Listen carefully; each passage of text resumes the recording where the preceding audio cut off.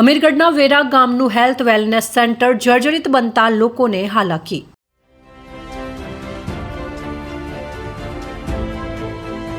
દર્દી આવે તો કેવી રીતે કરે સાહેબ, અંદર કેવી રીતે બેહે, પોપડા દેખાય, ખીલાસરી, વરસાદનું પાણી પડે।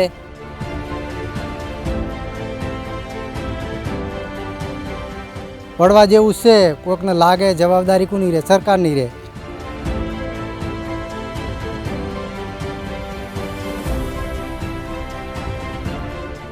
જે સરકારને વારંવાર રજૂઆત કરવા વિનંતી તોય હજી તક બનાવવામાં નહીં આવ્યું।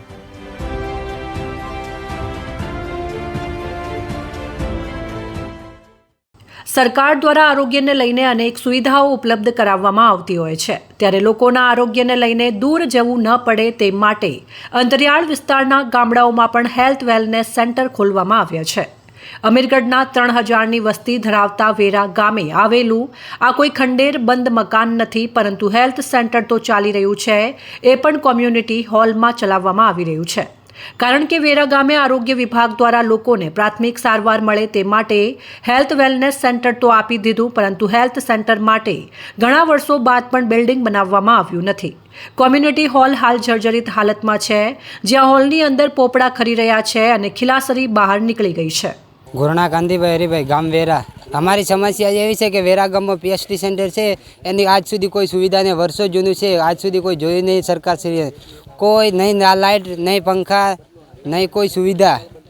દર્દી આવે તો કેવી રીતે કરે સાહેબ, અંદર કેવી રીતે બેહે, પોપડા દેખાય, ખીલાસરી, વરસાદનું પાણી પડે, કોઈ સુવિધા છે જ નહીં આજ સુધી। તો ગમલો આવે તો કેવી રીતે બે એવી બિસ્માર હાલતમાં છે કે સેન્ટર નવું, અમારી માગણી છે કે સેન્ટર નવું બને એવું સરકારશ્રીને। ભીમાભાઈ રૂપાભાઈ વાંસિયા। આ એમાં કોઈ ઘાવ પડવા જેવું જ છે। આ માણસો કે પેલા કે આલ દીધું હે, પણ કોઈ થતું નહીં હે। સાહેબો કે થઈ જાય કરે, પણ કોઈ થતું નહીં હે। હાલની પરિસ્થિતિ કેવી છે? એકદમ ભંગર હે। વરસાદ આવે તો કેવી રીતે સાહેબો કેવી રીતે બેહે અંદર દવાખાનામાં? પડવા જેવું છે, કોઈકને લાગે જવાબદારી કોની રહે? સરકારની રહે। લોકો સારવાર કરવા આવે એમને કેવો ડર નહીં લાગતો? એમને કોઈ ડર લાગે તો સારવાર કરવા આવે, એમને લાગી જાય તો શું કરવાનું અમારે?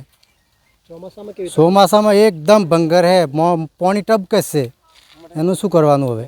સરકારને 2-3 વખત કીધું પણ કોઈ કરો પણ કોઈ ધ્યાનમાં લેતી નથી। માગણી શું છે તમારી? માગણી શું છે? અમારે આ નવું બનાવવાની માગણી છે, પણ કોઈ સેન્ટર કોઈ લેતા નહીં ધ્યાનમાં સાહેબો। આગળથી ટેન્ડર આવે, ક્યારે ટેન્ડર આવે? 2-12 મહિના થઈ જાય, પણ કોઈ ટેન્ડરનું કોઈ ઠેકાણું પડતું નથી। આ હોલમાં નથી લાઇટ કે નથી પંખા કે નથી દર્દીને આરામ કરવા માટેની કોઈ વ્યવસ્થા। કોઈ પણ દર્દી બીમાર થઈને આવે અને તેને પ્રાથમિક સારવાર માટે દાખલ કરવાનું થાય તો પણ ત્યાં કોઈ સૂવા માટેની પણ જગ્યા નથી। જો કોઈ દર્દી આ હોલની અંદર આવી જાય તો સાજો દર્દી પણ બીમાર પડી જાય તેવી હાલત છે। આ કોમ્યુનિટી હોલ જર્જરિત હોવાને કારણે ત્યાં સારવાર માટે જતા દર્દીઓ પણ ડરી રહ્યા છે। હેલ્થ સેન્ટરમાં આરોગ્યના કર્મચારીઓને બેસવું પણ એક જીવનું જોખમ છે। આ વિસ્તારમાં કોઈ મોટી હોસ્પિટલ નથી કે બીજા કોઈ સરકારી મોટું દવાખાનું નથી। અહીંયા હેલ્થ વેલનેસ સેન્ટર ઉપર જ આ વિસ્તારના લોકો ભરોસો રાખતા હોય છે અને સારવાર કરાવતા હોય છે। ત્યારે અનેક લોકોને સારવાર માટે જરૂર પડતી હોય છે, ત્યારે છેલ્લા કેટલાય સમયથી લોકો હેલ્થ સેન્ટર માટે નવીન બિલ્ડિંગ બનાવવામાં આવે તેવી માંગણી કરી રહ્યા છે।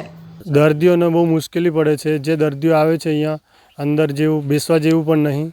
જે સરકારને વારંવાર રજૂઆત કરવા વિનંતી તોય હજી તક બનાવવામાં નહીં આવ્યું। કેટલું જૂનું લાગે કહી શકાય? જૂનું કહેવામાં 10-15 સાલ જૂનું એવું લાગે। અંદર જે ખીલાશેરીઓ પણ દેખાય છે, કોપડા પણ પડે છે, દિવસે કાયમ પડે છે। ચોમાસું આવે એટલે બહુ પેલું પાણી પણ ઉપરથી પડે છે। ભયાનક પરિસ્થિતિ ખરાબ છે। શું માગણી શું છે? સરકારને અમને માગણી છે, વારે ઘડીએ અમે રજૂઆત કરવા તોય પીએચટી બનાવવામાં આવતું નથી, કે જે પ્રોસેસમાં જે કામ ચાલુ છે તમારે થઈ જશે એવું કહેવામાં આવે છે। આપની વાત બિલકુલ સાચી છે। વેરા ગામના અંદર અત્યારે જોવા જઈએ તો જે આયુષ્માન આરોગ્ય મંદિર છે, જેના પેટા કેન્દ્ર કહો છો, એની પોતાની બિલ્ડિંગ નથી અને કમ્યુનિટી હોલમાં બેસે છે। અને કમ્યુનિટી હોલની પરિસ્થિતિ અમારી વિઝિટ દરમિયાન પણ જોવામાં આવી છે, ખરાબ છે।